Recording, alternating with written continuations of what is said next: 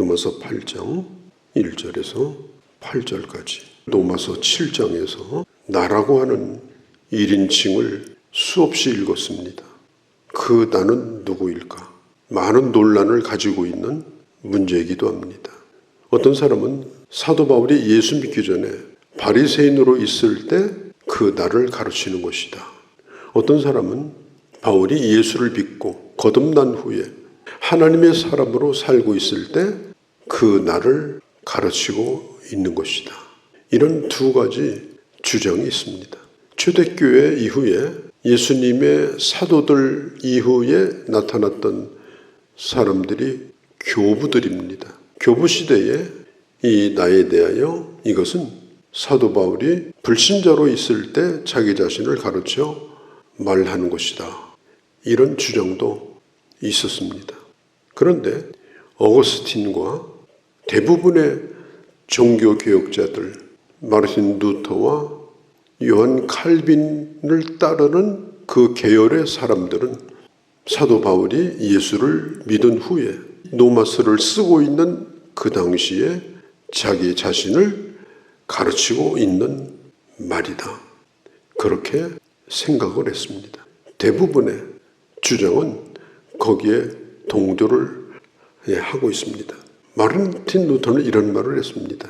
예수를 믿는 우리는 죄인이면서 의인이고 의인이면서도 죄인이다. 믿음으로 의롭담을 얻은 의인이지만 의인이 되었다고 해서 나는 죄와 상관이 없다고 말할 자는 없다. 아직도 죄의 영향력 아래 우리는 벗어나지 못하고 일생토록 죄와 싸우면서 살아가야 된다. 한 번 거듭난 사람은 그 영혼이 깨끗해졌고 죄를 지을 수도 없고 그리고 죄를 짓지 않는다. 그래서 우리 죄를 사해달라고 하는 주기도문도 외울 필요가 없다. 그렇게 주장하는 그런 이단이 지금도 있습니다. 또 예수를 믿지만 무율법주의적인 사상을 가지고 예수를 믿으면 율법은 상관이 없으니까 마음대로 살아도 그것은 문제가 되지 않는다. 이미 법적으로 우리는 의롭게 된 자다. 그런 사람들도 있습니다. 사도 바울은 로마서 7장에서 나라고 하는 것을 주장할 때 그 나는 과거의 나를 의미하는 것이 아니고 오늘의 나, 현재 시제의 나를 강조하고 있는 것입니다. 그래서 로마서 7장을 읽으면 어느덧 이 말씀은 우리를 이 말씀의 거울 앞에 우리 자신을 세우는 것을 볼 수가 있습니다. 왜냐하면 오래 예수를 믿은 사람도 로마서 7장의 경험을 하고 있기 때문입니다. 분명히 예수님은 율법으로부터 우리를 자유케 하셨습니다. 죽음으로부터 우리를 일으켜 주셨습니다. 분명히 내 속에 새 생명이 존재합니다. 그리고 율법의 법에서 해방되어서 생명의 법의 안에서 살아갑니다.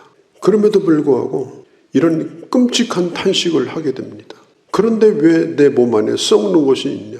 여러분 생각해 보세요. 내 몸 안에 어딘가 지금 썩어가고 있다. 이걸 그대로 놔두면 몸이 다 썩는다.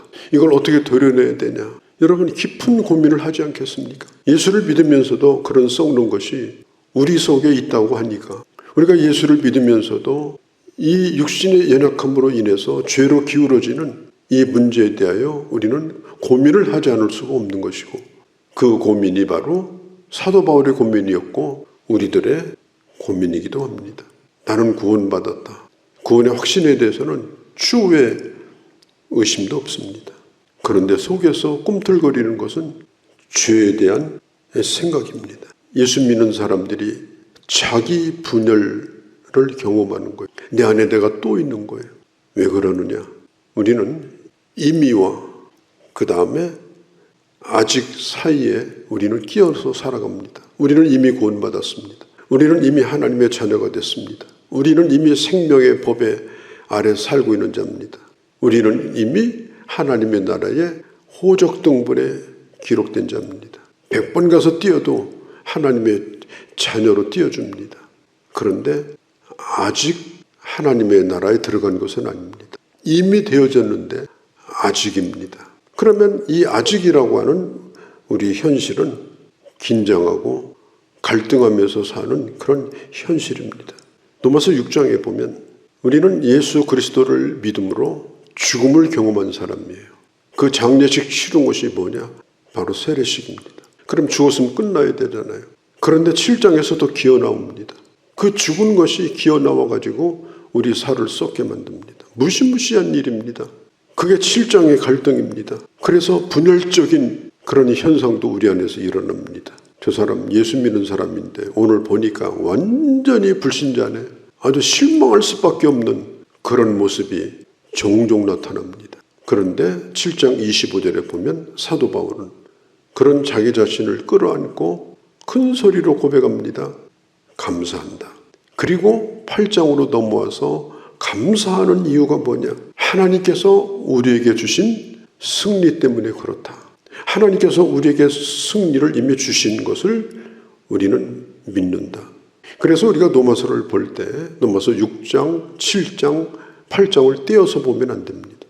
이것을 연결해서 보아야 이게 이해가 되는 거예요.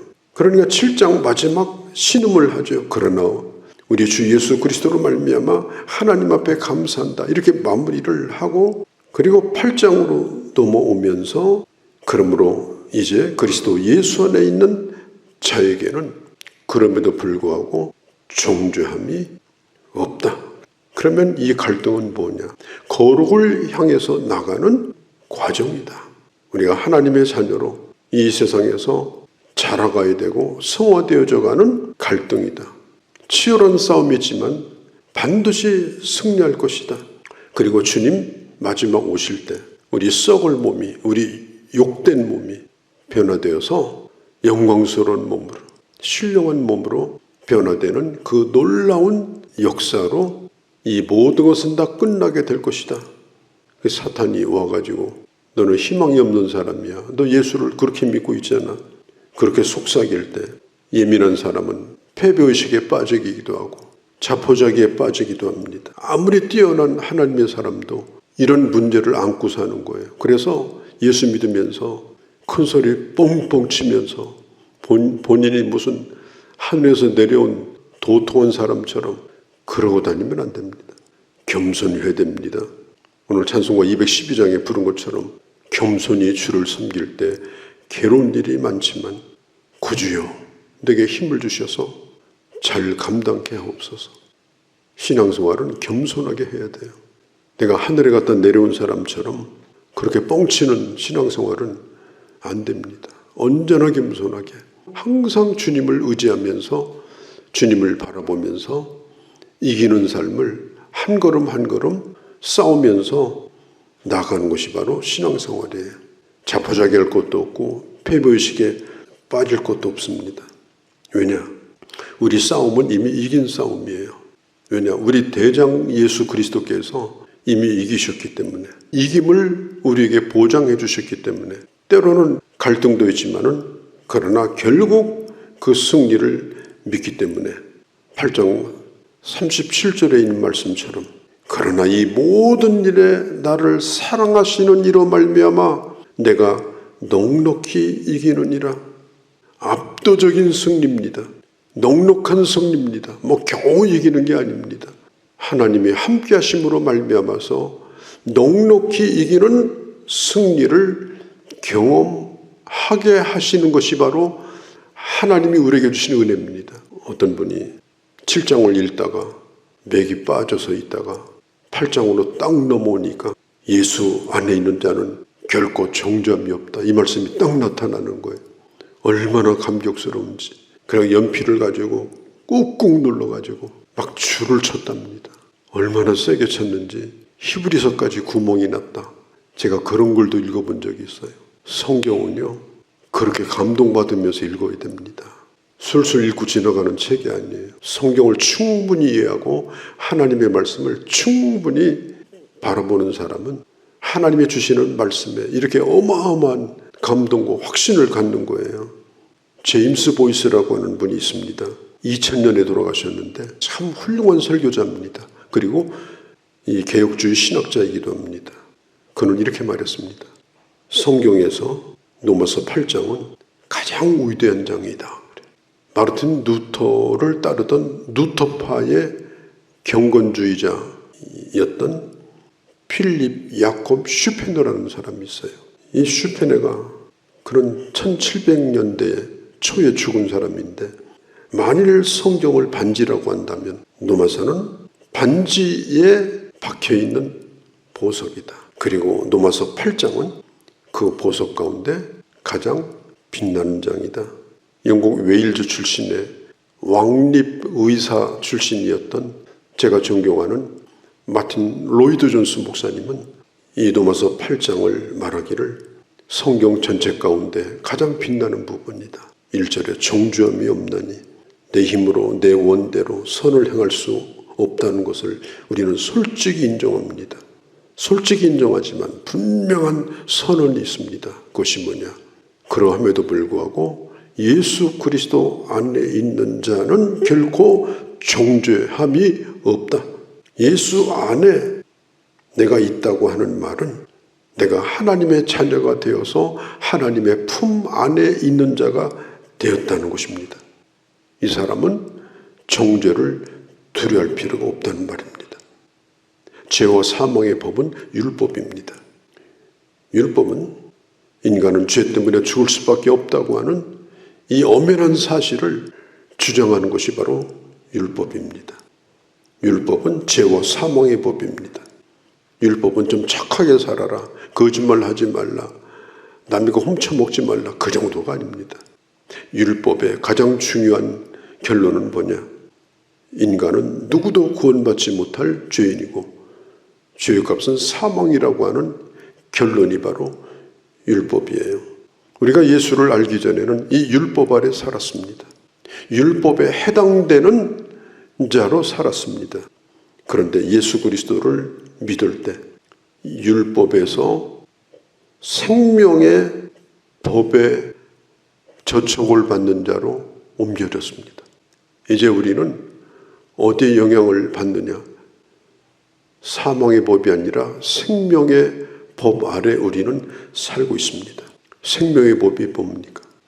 누구든지 예수를 믿으면 멸망하지 않고 영생을 얻는다고 하는 이 하나님의 약속의 법입니다.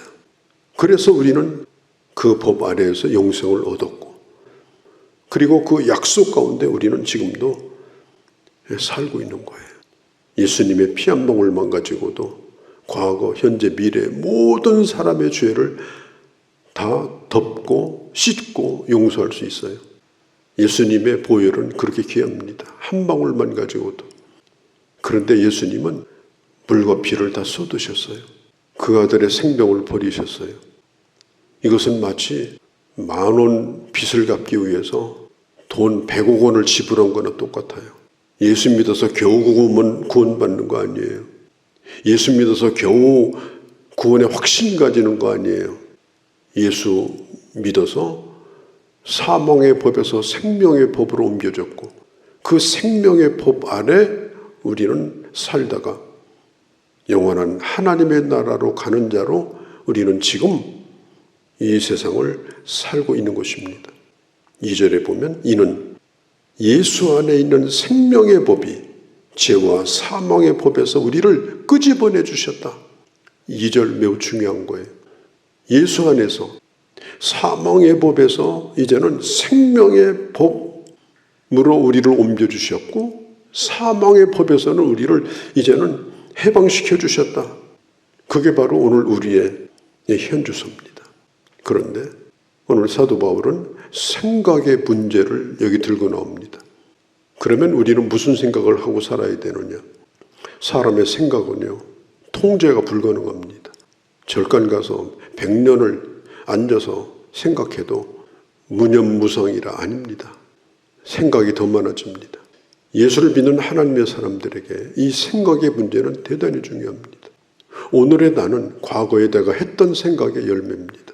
오늘 내가 하고 있는 생각은 내 미래를 결정할 것입니다. 오늘 내가 하고 있는 생각이 그래서 중요한 것입니다. 성경은 사망의 생각과 생명의 생각, 성령의 생각과 육신의 생각을 말하고 있습니다. 어거스틴은 이런 말을 합니다. 생각이란 뭐냐? 생각은 통제가 안 되는 것이다. 그러나 어떤 생각에 붙들려서 하는 것은 그건 내가 선택하는 것이다. 별별 생각이 우리 많잖아요. 그런데 그 생각을 그냥 지나쳐 버리잖아요. 순간 미운 생각도 들고 어떻게 해볼 생각도 들고 남이 곧 탐내는 생각도 해보고 그렇지만 그건 지나가는 거잖아요. 그래서 어거스틴은 이런 말을 했어요. 새가 머리 위로 지나가는 것은 어쩔 수 없지만 그러나 새가 내 머릿속에 들어가지고 둥지를 트는 것은 안 된다. 어떤 생각에 붙들려 사느냐 하는 것은 내가 선택할 문제입니다. 영의 생각이든지 육신의 생각이든지 어떤 것을 반복해서 생각하게 되면 결국 그 생각에 조종을 받고 그 생각에 지배를 받고 그 다음에 그가 생각한 대로 그 일을 하는 겁니다.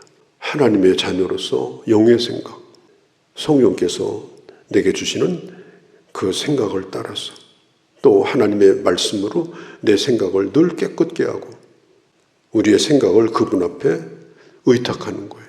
이 훈련이 끊임없이 우리에게 필요합니다. 내 중심이 아니라 하나님 중심의 생각, 또 나만을 위한 생각이 아니라 하나님의 나라를 위한 생각, 내 집만 아니라 하나님의 교회를 위한 생각, 그런 생각을 가지고 살 때 우리는 생명의 길로 풍성한 삶을 살아갈 수가 있다라고 하는 것입니다. 넉넉히 기느니라. 이 놀라운 선언을 이미 들었고 그리고 이제 도마서를 계속 보면서 그 선언을 향해서 앞으로 나가게 될 것입니다. 우리 속에 깊이 새기고 또 새겨서 나는 이제 사망의 법이 아니라 예수 그리스도로 말미암아 주신 생명의 법 아래 나를 두셨고 그리고 나를 마지막 날 영원롭게 할 것을 믿고 하루하루 살면서 더 하나님의 자녀다워지고 하나님의 영광을 이 땅에 드러내며 살 수 있는 그런 주의 자녀들이 다 되게 하여 주시옵소서.